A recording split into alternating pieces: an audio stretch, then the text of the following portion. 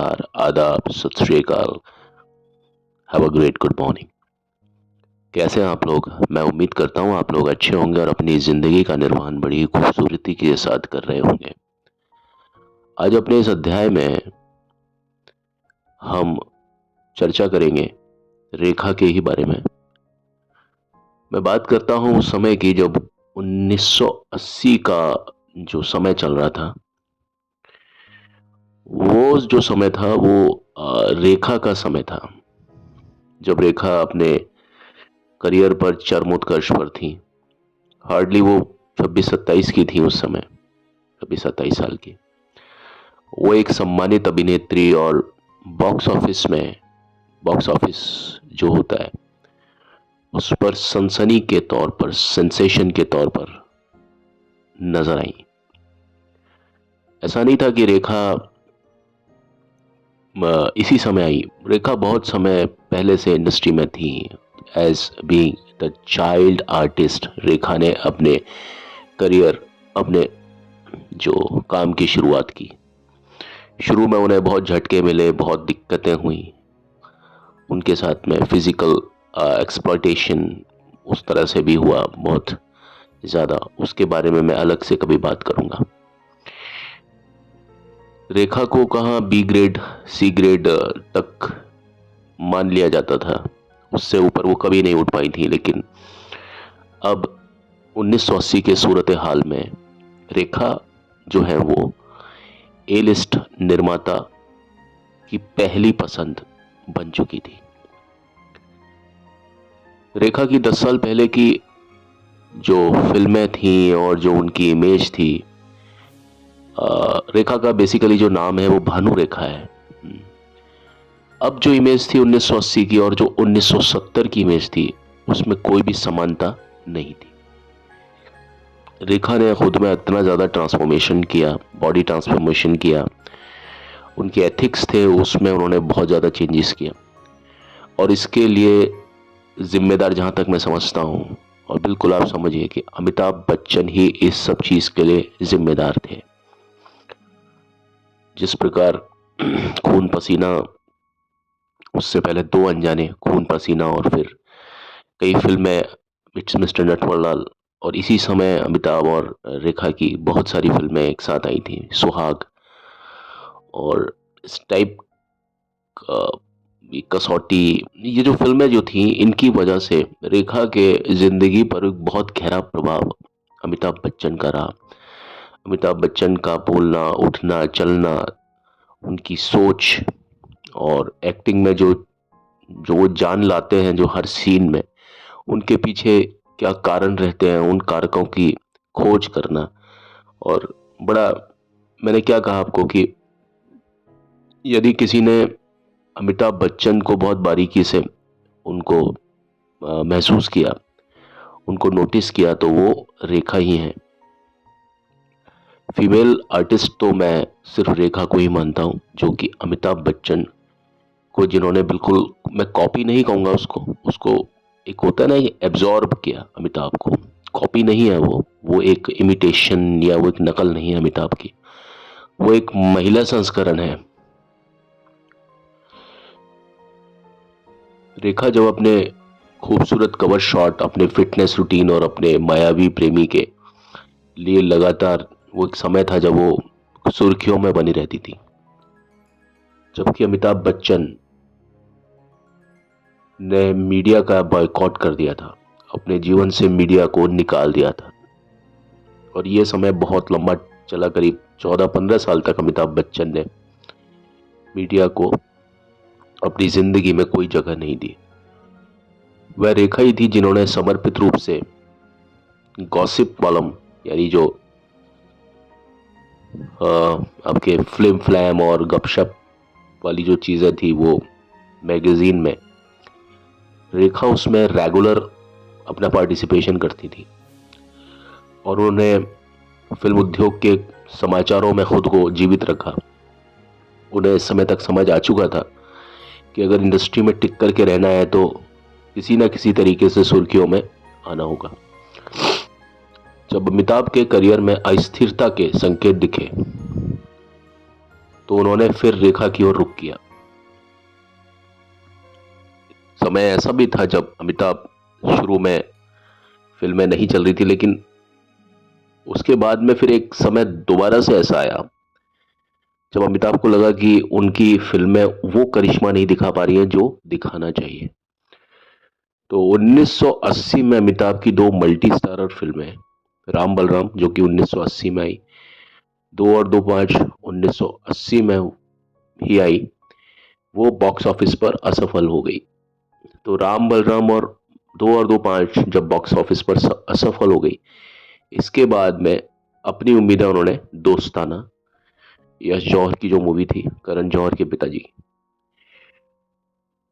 उस पर उनकी निगाहें पूरी तरीके से टिक गई, जिससे उन्हें निराशा हुई और उनको वो राहत नहीं मिल सकी जिस राहत की अमिताभ बच्चन को तलाश थी। यानी दोस्ताना ने भी वो बिजनेस नहीं किया जिसकी अमिताभ बच्चन को तलाश थी।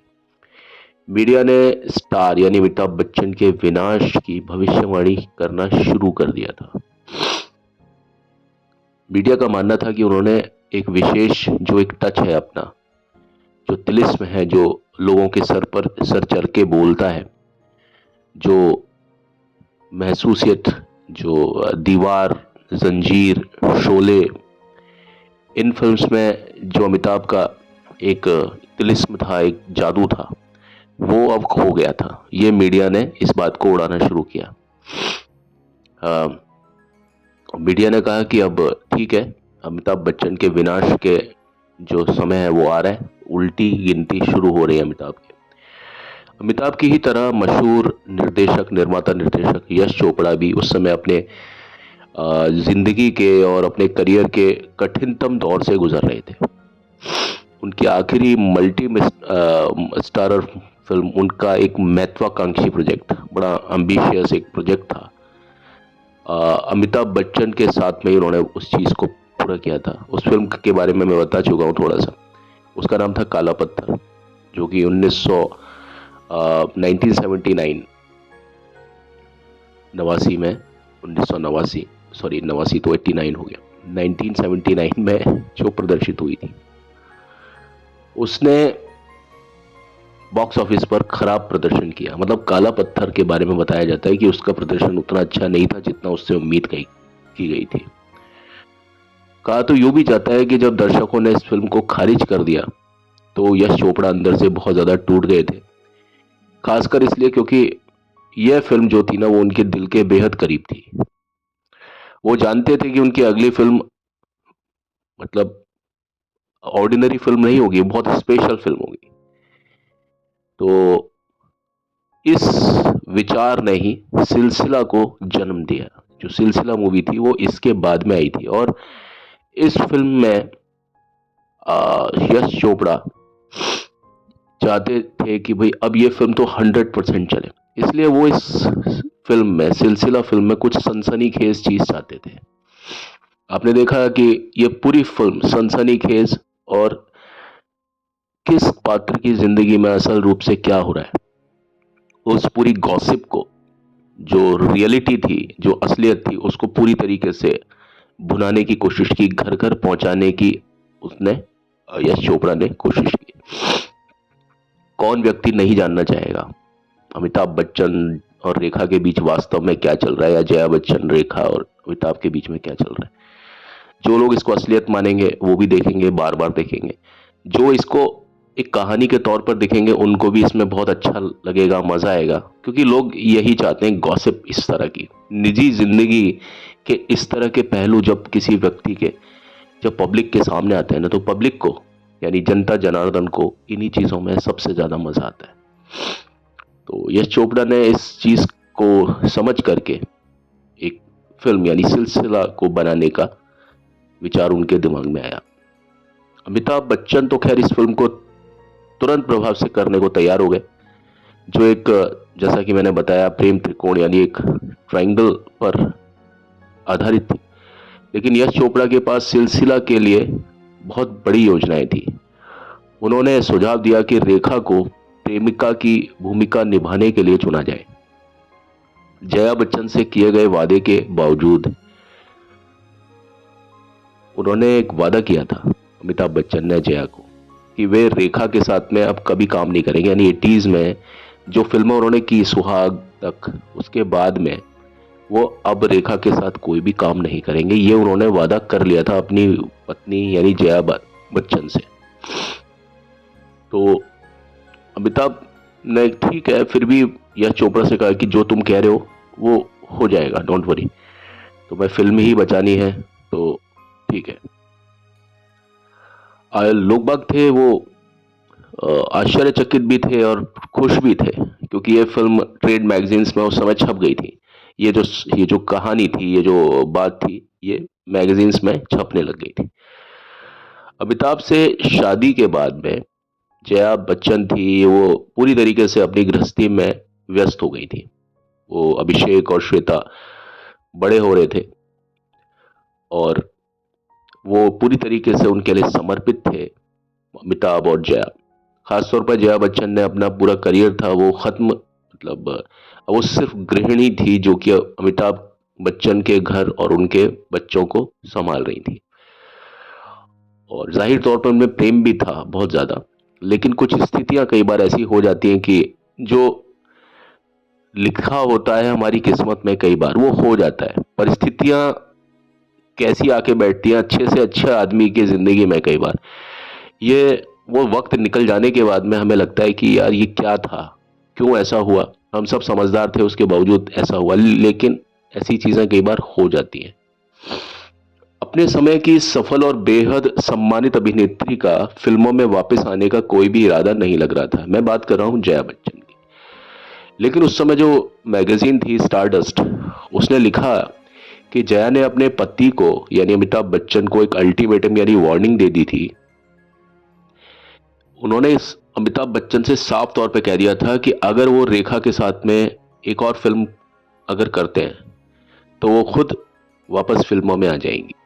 और ये चीज जया बच्चन ने करके दिखाई। यानी जैसे ही रेखा को सिलसिला के लिए कंसीडर किया, यानी यश चोपड़ा के अनुसार सिलसिला फिल्म में रेखा होनी थी अमिताभ के साथ। तो जया बच्चन ने जो कहा था कि भाई अगर अब आप कोई फिल्म करते हो रेखा के साथ में, अमिताभ से कहा, तो मैं फिल्म इंडस्ट्री में वापस आ जाऊंगी। तो वो ना सिर्फ आई फिल्म इंडस्ट्री में बल्कि सिलसिला में ही वापस जया बच्चन आ गई। सिलसिला के साथ जैसा मैंने आपको बताया, जया बच्चन अपने अल्टीमेटम जो उन्होंने वार्निंग दी थी उस पर कार्रवाई करने को तैयार हो गई। उनको मालूम था कि भाई ये फिल्म अब रेखा के साथ बनने वाली है, मैं इस पर मना नहीं कर सकती हूँ, तो क्यों ना मैं अपना जो मैंने वार्निंग शो की थी अमिताभ को उसके हिसाब से अब मैं फिल्म इंडस्ट्री में आ जाऊं। और इस प्रकार वो ना सिर्फ फिल्म इंडस्ट्री में आई बल्कि सिलसिला फिल्म में ही आ गई। वो पूरी तरीके से शांत बैठने वालों में नहीं थी क्योंकि उस समय तक उनके पति यानी अमिताभ बच्चन का नाम रेखा के साथ अखबारों में हर जगह छपने लग गया था। उन्होंने अपनी वापसी के लिए जमीनी जो एक काम होता है जो ग्रास रूट लेवल पर, वो करना शुरू कर दिया था। अपने जो उनके करीबी दोस्त थे और जो उनके सह कलाकार जो रहे थे वो उनके पास में मैसेजेस भेजते थे। एक किस्सा था, नटराज स्टूडियो में लावारिस फिल्म का सेट लगा हुआ था। ये बात है 1981 की। शूटिंग चल रही थी और शूटिंग मैं आपको बताऊं किस गाने की चल रही थी। ये गाना था लावारिस फिल्म का अपनी तो जैसे तैसे। तो एक गाना था, इसके शुरुआत में एक बहुत लंबा सा इंटरलूड होता है जिसमें एक डांसर है जो डांस कर रही होती है। वो उसके बाद में वो गाना वो अमिताभ बच्चन ठप बजाते हैं और वो डांसर डांस करती है और वो पूरा उसमें सेट लगा हुआ था। और वहां एक ईरानी एक डांसर थी, वो अभिनेत्री थी, उसका नाम था नेली। तो वो एक न्यू एक एंट्री थी फिल्म्स में। वो नेली जो थी ना वो इस फिल्म में इस गाने में डांस कर रही थी। और अमिताभ की कथित एक दोस्ती हो गई थी नेली के साथ में। फिल्म के सेट पर वो अक्सर दोनों लोग गपशप करते थे, अमिताभ बच्चन और वो जो ईरानी अभिनेत्री थी मैंने नाम बताया नेली। तो उसका नेली और अमिताभ बच्चन की बातचीत शुरू हो गई थी। और ये भी कई पत्रिकाओं के बीच में, कॉलम के बीच इस खबर ने भी काफी ज्यादा सुर्खियां बटोरी कि भाई अमिताभ बच्चन का नेली के साथ में अफेयर चल रहा है। और कहा जाता है कि यही बात अमिताभ और रेखा के बीच में एक गंभीर झगड़े का कारण बन गई। लावारिस के जो निर्देशक थे प्रकाश मेहरा, उनके अनुसार वो सीन पूरा चल रहा था, नटराज स्टूडियो में पूरा सेट लगा हुआ था, और वहीं पर ही रेखा आती है और अमिताभ के साथ में उनकी बहुत ज़्यादा तीखी नोकझोंक होती है और वो वहीं बहुत बुरी तरीके से रोने लग जाती है। और उस समय प्रकाश मेहरा शॉट में नहीं थे, मतलब वो फिल्म में, जैसे क्या होता है कि फिल्म का जो निर्देशक होता है वो कई बार नहीं होता सीन में, वो अपने जो एसोसिएट होते हैं, वो अभी प्रकाश मेहरा उस समय नहीं थे, अपने एसोसिएट को उन्होंने इसका जिम्मा सौंपा था निर्देशन का। तो असिस्टेंट होते हैं, first assistant, second, third, fourth, इस तरह से। तो असिस्टेंट इस समय शूट कर रहा था चीज को। तो प्रकाश मेहरा को जब ये बात पता चली तो प्रकाश मेहरा ने अपने जहां वो लोकेशन थे वहां से फोन किया और उन्होंने बोला कि भाई आप इस चीज को आराम से सॉर्ट आउट करो, कोई दिक्कत नहीं है। और उन्हें मालूम था कि ये सारा जो सीन था ये नेली के ऊपर चल रहा है, ये इनके बीच में, अमिताभ और रेखा के बीच में जो टकरा रही है, उस एक्ट्रेस ईरानी जो अभिनेत्री है नेली, उसके कारण से सारी प्रॉब्लम हो रही है। स्टारडस्ट ने बाद में यहां तक लिख दिया कि अमिताभ ने रेखा को पीटा और थप्पड़ मारा, लेकिन इस घटना की कोई आधिकारिक तौर पर कोई पुष्टि नहीं है। हाँ, मैगजीन्स तो लिखती हैं थोड़ा बड़ा चढ़ा करके, और समय ये जो अमिताभ बच्चन और रेखा वाली किसी भी चीज को मैगजीन भुनाने से बाज नहीं आती थी। नेली के आसपास का नाटक सिलसिला जो फिल्म बन रही थी ना, उसके लिए भी घातक सिद्ध हुआ। एक्साइटेड बहुत ज्यादा और उदास, मतलब बिल्कुल रेखा टूट चुकी थी इस एपिसोड के बाद में। और रेखा का नाम क्योंकि सिलसिला फिल्म के लिए जा चुका था, तो इस घटना के बाद में रेखा ने उस फिल्म से बाहर निकलने का फैसला कर लिया और जो उनको साइनिंग अमाउंट जो दिया गया था वो भी वापस कर दिया। यश चोपड़ा को साइनिंग अमाउंट मतलब वापस कर दिया था। ये आपको शायद मालूम ना हो, इसलिए मैं बता रहा हूं। यश चोपड़ा के पास अब एक हीरो और एक ऐसी फिल्म थी जिसमें उनको अपने आप को प्रूव करना था, क्योंकि पिछली फिल्म जैसा कि मैंने बताया काला पत्थर, वो पिट चुकी थी उनकी नजर, यानी जितना उस फिल्म को बिजनेस निकालना था उतना वो बिजनेस निकाली नहीं। तो अब डू और डाई की सिचुएशन आ गई यश चोपड़ा के लिए। किसी भी हालत में सिलसिला फिल्म चलनी चाहिए। अब जब रेखा ने अपना नाम वापस ले लिया तो बड़ी ही अनमने कुछ भाव से यश चोपड़ा ने फिर से कुछ नायिकाओं की तलाश करना शुरू कर दिया। सबसे पहले इस कड़ी में पद्मिनी कोल्हापुरी को, जो दूसरी महिला है, यानी जया और अमिताभ के साथ में जो रेखा का जो किरदार है वो पद्मिनी कोल्हापुरी निभाने वाली थी।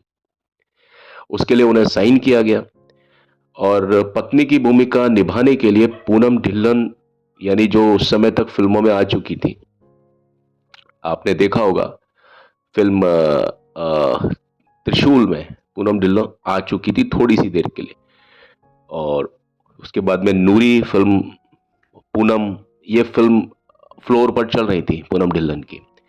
तो पत्नी की भूमिका के लिए पूनम ढिल्लन को साइन किया और जो भूमिका रेखा की आप देखते हैं उसके लिए पद्मिनी कोल्हापुरी को साइन किया। लेकिन यह कास्टिंग यश को खुद को पसंद नहीं आई। ये वो कास्टिंग नहीं थी जिसकी यश चोपड़ा ने कल्पना की थी, क्योंकि यश चोपड़ा कोई सेंसेशन चाहते थे, सनसनी चाहते थे। और मैं भी अगर आपको ये चीज बता रहा हूं ना, तो मुझे भी ये कास्टिंग अच्छी नहीं लग रही कि अमिताभ बच्चन के अपोजिट पूनम ढिल्लन, और पूनम ढिल्लन को आए हुए अभी बहुत ही कम समय हुआ था और उसमें एक कच्चापन था, और अमिताभ बच्चन पूरी तरीके से मंजे हुए कलाकार थे। मैं पूनम ढिल्लन को किसी भी तरीके से कम नहीं कहता। पूनम ढिल्लन एक डॉल की तरह है, बहुत सुंदर, बहुत। अब लेकिन वो अमिताभ के साथ में उस तरह से फिट नहीं होती, क्योंकि ये कहानी जो थी ना, ये बहुत ज्यादा अनुभव और गंभीर उन चीजों को चाहती थी, क्योंकि ये कहानी जो थी ना, ये लव स्टोरी नहीं थी। इसमें बहुत सारे तरह के पेंच थे, और अब एक्टिंग बड़ी डूब के करनी थी, और एक असल जिंदगी को जीना था। और अब तक जो था ना, वो थोड़ा पूनम ढिल्लन अभी इस सब चीज में आ रही थी धीरे धीरे करके। हाँ, पद्मिनी कोल्हापुरी थी, उनकी बात मैं थोड़ी सी डिफरेंट मानता हूं कि वो उस तरह की चीजों में उन्होंने आना शुरू कर दिया था। जैसे आपने फिल्म देखी प्रेम रोग, प्रेम रोग में पद्मिनी कोल्हापुरी की आपको उम्र नजर नहीं आती है। जो उन्होंने किरदार निभाया, जिस तरह से अल्हड़ बन करके, और फिर उनको सारी चीजें किस तरह से उन्होंने किया, मतलब वो सिर्फ एक ग्लैमर डॉल नहीं थी। पूनम ढिल्लन ने भी बाद में अपनी जो एक्टिंग थी, मतलब अच्छी थी उनकी एक्टिंग, मैं ये नहीं कहता, लेकिन उनको इस तरह से कभी किसी ने कंसीडर नहीं किया, उतनी गहराई में लेकर के कोई उनको लेकर के आया नहीं पूनम ढिल्लन का। हाँ, नूरी में उनका जो कैरेक्टर था वो थोड़ा सा प्रभावशाली बनाया था, लेकिन पूनम ढिल्लन को अभी तक इस तरह की चीजों में रमने की आदत थी नहीं कैमरा के सामने, मैं जहां तक समझता हूं। क्योंकि एक्टिंग इंसान करता नहीं है, उससे करवाई जाती है। जो ये पूरा एक टीम वर्क होता है, जिसकी वजह से एक काम होता है। कुछ लोग जो अपनी लाइफ में बहुत ज्यादा एक्सपर्ट बन जाते हैं, उसमें उन्हीं को क्रेडिट नहीं देना चाहिए। मेरा विचार तो यह है, उनकी जो पूरी टीम होती है, जो निर्देशक जो काम निकलवाना चाहता है, वो निर्देशक जो होता है ना, वो हर कलाकार को हर बार तराशता है थोड़ा थोड़ा। हर निर्देशक अपने अपने हिसाब से कलाकार को एक चैलेंज देता है, आर्टिस्ट को चैलेंज देता है। चाहे कितना ही ये बड़े बड़े जो स्टार्स होते हैं, ये धीरे धीरे करके स्टार बनते हैं, सीख करके, हिट एंड ट्रायल से, ठोकर खा खा के, हर चीज से एक नई चीज पैदा होती है। आज फिल्म में किसी कलाकार को लगता है कि मुझसे यहां पर इस शॉट में ये कमी रह गई, अगली फिल्म में आप देखेंगे उसी चीज पर काम हो जाता है, जितने भी अच्छे कलाकार होते हैं उनके द्वारा। मैंने ये चीज बहुत ज्यादा नोटिस की है। तो पूनम ढिल्लन की जिंदगी में इस तरह की कोई अभी चैलेंजिंग यानी चुनौतीपूर्ण कोई भूमिका इस तरह की आई नहीं थी। हाँ, पूनम ढिल्लन ने फिर बाद में काम किया रेड रोज में, एक खतरनाक एक फिल्म थी, जिसके बारे में मैं बात करूंगा, राजेश खन्ना के साथ में, जिनको पूनम ढिल्लन बहुत ज्यादा एडमायर, बहुत पसंद करती थी। उनके साथ में राजेश खन्ना की फिल्म आने वाली थी, जिसमें पूनम ढिल्लन का काम वास्तव में, मैं जहां तक समझता हूँ, थोड़ा चैलेंजिंग था, और वो फिल्म बिल्कुल अलग हटके थी लाइमलाइट से। वो उसके बारे में मैं अलग से बात करूंगा। लेकिन ये जो कास्टिंग थी, ये पूनम ढिल्लन, पद्मिनी कोल्हापुरी और अमिताभ बच्चन, ये कास्टिंग पर सिर्फ विचार किया जा रहा था, लेकिन यश चोपड़ा भी इसके लिए पूरी तरीके से तैयार नहीं थे, उनको अच्छा नहीं लग रहा था। ये कास्टिंग थोपी गई कास्टिंग थी, ऐसा लगता था कि भाई मैं फिल्म बना रहा हूं, इसलिए मैंने कोई कास्टिंग बना ली है। ये उनके दिल से जो आवाज आती है ना हमारे, कि भाई ये परफेक्ट है, उनके दिल से अभी ये आवाज नहीं आ रही थी। अब उधर उनके दिमाग में यही चल रहा था कि यार, मैं इस फिल्म में कोई कलाकार लूं जो कि थोड़ा सा मतलब जिनको थोड़ा अनुभव हो फिल्म में। इसके बाद उन्होंने रेखा के रिप्लेसमेंट के तौर पर, यश चोपड़ा ने रेखा के तौर पर, रेखा के रिप्लेसमेंट के लिए उन्होंने परवीन बाबी को चुना, और धोखा खा चुकी पत्नी के तौर पर उन्होंने स्मिता पाटिल को साइन किया। उसके बाद में अब ये रख दिया, यानी अब अमिताभ के साथ में परवीन बाबी, स्मिता पाटिल और हाँ, परवीन, स्मिता और अमिताभ, ये 3 लोगों पर विचार किया गया। और जो लोकेशन थी, वो पहला जो मतलब शेड्यूल था, वो कश्मीर के लिए सेट किया गया। फिल्म चालू होने के बावजूद यश चोपड़ा इस कास्टिंग से खुश नहीं थे। कहीं ना कहीं उन्हें लग रहा था कि यार गलत कुछ हो रहा है, मैं जैसा मैं चाह रहा हूं वैसा हो नहीं पा रहा। और वो कोई ब्लॉकबस्टर कास्ट नहीं थी यश चोपड़ा की नजर में, जिसकी उन्हें उम्मीद थी। वो एक ब्लॉकबस्टर की उम्मीद कर रहे थे, खास तौर पर कि उनकी जो पहली फिल्म थी, उससे पहले वो, मैंने जैसे कि बताया आपको, वो अच्छा प्रदर्शन नहीं कर पाई थी। इसमें कोई ऐसा एंगल नहीं दिख रहा था इस कास्टिंग में जो उन्होंने अब की कि जिसमें कोई भी डिस्ट्रीब्यूटर इनकी फिल्म को हाथों हाथ ले लेता। तो इस फिल्म में ऐसा कुछ भी कोई मसाला, कुछ ऐसी चीज नहीं दिख रही थी जिससे कि दर्शकों को कुछ उत्साह पैदा हो कि वो अपना घर छोड़ करके थिएटर्स में जाएं, बार बार जाएं और उस फिल्म को देखें। यश चोपड़ा कुछ ऐसा कुछ चाह रहे थे, और जैसा कि मैंने बताया यश चोपड़ा इन सब चीजों में बड़े मास्टर रहे हुए हैं। वो फिल्म में उसी एंगल को दिखाते हैं, कलाकार की जो असल जिंदगी में जो चीज चल रही होती है वो उसी चीज को भुना देते हैं पर्दे पर, और इस तरीके से भुनाते हैं कि लोग बार बार जाते हैं उनकी फिल्म्स को देखने के लिए। नो डाउट फिल्म की स्टोरी अच्छी होती है, लोकेशन बहुत अच्छी होती है, गाने बहुत अच्छे होते हैं, डायरेक्शन बहुत अच्छे होते हैं, लेकिन उनके बीच में ये सब चीजें होती हैं। एक ट्रायंगुलर लव स्टोरी का कहीं ना कहीं कुछ ट्रायंगुलर चीजें होती हैं, पति पत्नी और वो वाली स्थिति होती है ना, या प्रेमी प्रेमिका और कोई तीसरी लड़की का कोई ना कोई सिस्टम किसी ना किसी तरीके से होता है उनकी फिल्म में। लेकिन उनके हिसाब से अमिताभ बच्चन, परवीन और स्मिता की जोड़ी में वो धार नहीं थी कि जो गॉसिप कॉलम में तहलका मचा दे। यश चोपड़ा वास्तव में जो चाहते थे ना, वो चीज उनको खुद को भी असंभव लग रही थी।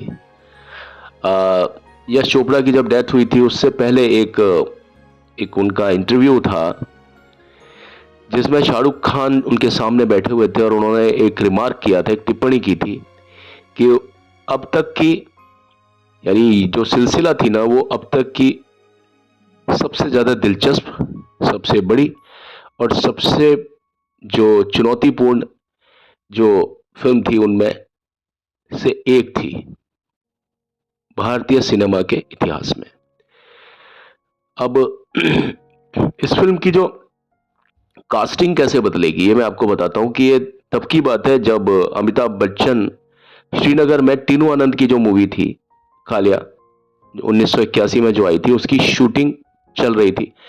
तो उस शूटिंग लोकेशन पर ही यश चोपड़ा अमिताभ बच्चन से मिलने के लिए पहुंचे, और वो तारीख थी 21 अक्टूबर 21 अक्टूबर 1980, यानी 21 अक्टूबर 1980 को वो रात को डिनर पर मिले अमिताभ बच्चन से।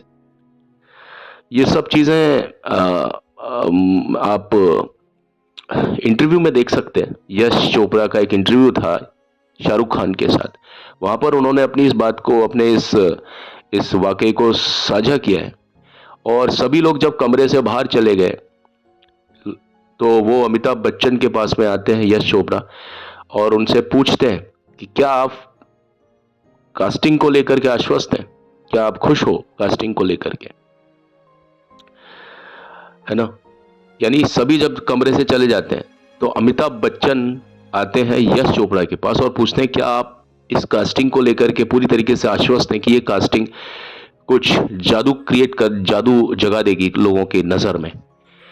ये अमिताभ बच्चन ने पूछा क्योंकि वो शायद समझ गए थे कि यार यश चोपड़ा इस चीज से सेटिस्फाइड नहीं है। तो यश चोपड़ा ने कहा कि मैं खुश नहीं हूं अमिताभ, मैं खुश नहीं हूं अमित। तो बच्चन ने पूछा कि आप मुझे ईमानदारी से बताएं कि आपको क्या लगता है कि इसकी आदर्श जो एक एक आइडियल जो कास्टिंग है इसमें कौन होना चाहिए। तो फिर उन्होंने अपनी इच्छा जताई और इससे यश को वह ओपनिंग मिली जिसकी यश चोपड़ा को उम्मीद थी। यश चोपड़ा ने कहा था कि वह चाहते थे कि रेखा जो है ना वो इस फिल्म में एंट्री लें, दूसरी महिला का किरदार निभाएं और जया पत्नी की भूमिका निभाएं। इससे दोनों बातें हो जाती कि जया बच्चन का जो विचार था, जो उन्होंने कहा था कि भाई रेखा अगर अब अमिताभ के साथ आती है तो मैं फिल्म इंडस्ट्री में आ जाऊंगी, तो जया का जो वचन था वो भी पूरा हो जाता कि जया इस फिल्म में आ जाती और उधर रेखा भी इस फिल्म में आ जाती। ठीक है, क्योंकि जया का मतलब वही था ना, कमिटमेंट था अमिताभ के साथ में, तो वो सारी चीज इसमें पूरी हो जाती, इसमें कहीं भी कोई शक शुबा नहीं होता। और ये फिल्म यश चोपड़ा के हिसाब से भी ठीक चलती, जो उनको लगता है कि यार ये बेस्ट कास्टिंग है। तो ये हर तरीके से ये फिल्म बैलेंस हो जाती, हर एक के की जो इच्छा के हिसाब से ये फिल्म पूरी तरीके से ठीक हो जाती। और इसके बारे में फिर वही बात किया गया, करीब इस सुझाव को बोलने के बाद में करीब 5 मिनट तक उनके बीच में कुछ सोचा, कुछ मंथन हुआ और उन्हें, हालांकि दोनों को ये मालूम था, अमिताभ को और यश चोपड़ा को, कि ये फिल्म अब अगर हम ये कास्टिंग लेते हैं तो ये फिल्म बॉक्स ऑफिस पर हलचल पैदा कर देगी, पूरी तरीके से आग लगा देगी। और उसके बाद में उन्होंने मुंबई जाने का सुझाव दिया। यश चोपड़ा से कहा कि भाई तुम मुंबई चलते हैं, और अमिताभ ने खुद उनसे पूछने की बजाय उनसे कहा कि अमिताभ ने कहा कि भाई मैं नहीं पूछूंगा जया से, जया से आप ही बात कर लो कि इस फिल्म में इस तरह से आ जाए, पूरी बात आप समझा दो। अगले दिन करीब 22 तारीख की बात कर रहा हूं मैं, 22 अक्टूबर 1980 को वो मुंबई के लिए रवाना हुए और पूरे जर्नी में पूरी शांति थी, दोनों लोग गए थे और चीज़ें क्योंकि आसान नहीं होने वाली थी, कास्टिंग संबंधी झंझटों से हुई पैदा जो प्रॉब्लम होती है ना, बड़ी दिक्कतें करती हैं वो इस तरह की। जब आप समझ लें कि कास्टिंग पहले ही आपने डिसाइड कर ली, सब चीज़ें, लोकेशन डिसाइड कर ली, सब चीज़ फाइनल कर ली, अब दोबारा से बात रिकास्टिंग की बात होती है तो बड़ी दिक्कतें होती हैं। तो अब अजीब से धर्म संकट वाली स्थिति थी, क्योंकि मान लीजिए अब अगर जया मना कर देंगी इस फिल्म के लिए तो फिर रेखा भी इस फिल्म से आउट हो जाएंगी, क्योंकि जया और रेखा दोनों को बोर्ड पर लाना बड़ा टफ होता इस समय। तो बावजूद इसके कि रेखा अपने मतलब इन सब चीज़ों के लिए किस तरह से एग्री कर, क्योंकि पहले जो नेली वाला किस्सा हुआ था वो, और फिर उन्हें जया बच्चन का भी पूरा ख्याल था कि भाई जया बच्चन का भी क्या रुख है, क्या उनकी सोच है रेखा के बारे में, क्योंकि जया रेखा को बिल्कुल भी पसंद नहीं कर पा रही थी इस समय तक। अब सिलसिला जो थी ना वो जया की एक बहुप्रतीक्षित वापसी थी। जया भी चाहती थी कि वो दोबारा से फिल्मों में आए, और बच्चे थे ना थोड़े बड़े हो गए थे, इतने बड़े हो गए थे कि वो सारी चीज़ों को समझ सकते थे। और अब आप देखिए कि अब जया को इस फिल्म में जब सीन बताया गया तो उनको बहुत ज़्यादा अनुनय विनय करना पड़ा, क्योंकि उनको ये लग रहा था कि भाई इस फिल्म में अगर रेखा है ना तो अमिताभ बच्चन के साथ में जाएंगी रेखा अंत में। मतलब जया बच्चन को इस बात का पूरा पूरा इल्म था, पूरा मालूम था कि इस स्क्रिप्ट में अंत में मैं अमिताभ बच्चन के साथ में नहीं जा रही हूं, इसमें अमिताभ और रेखा का ही मिलन दिखाया जाएगा। तो जया बच्चन के सामने काफ़ी ज़्यादा गिड़गिड़ाना पड़ा, अनुनय विनय करना पड़ा।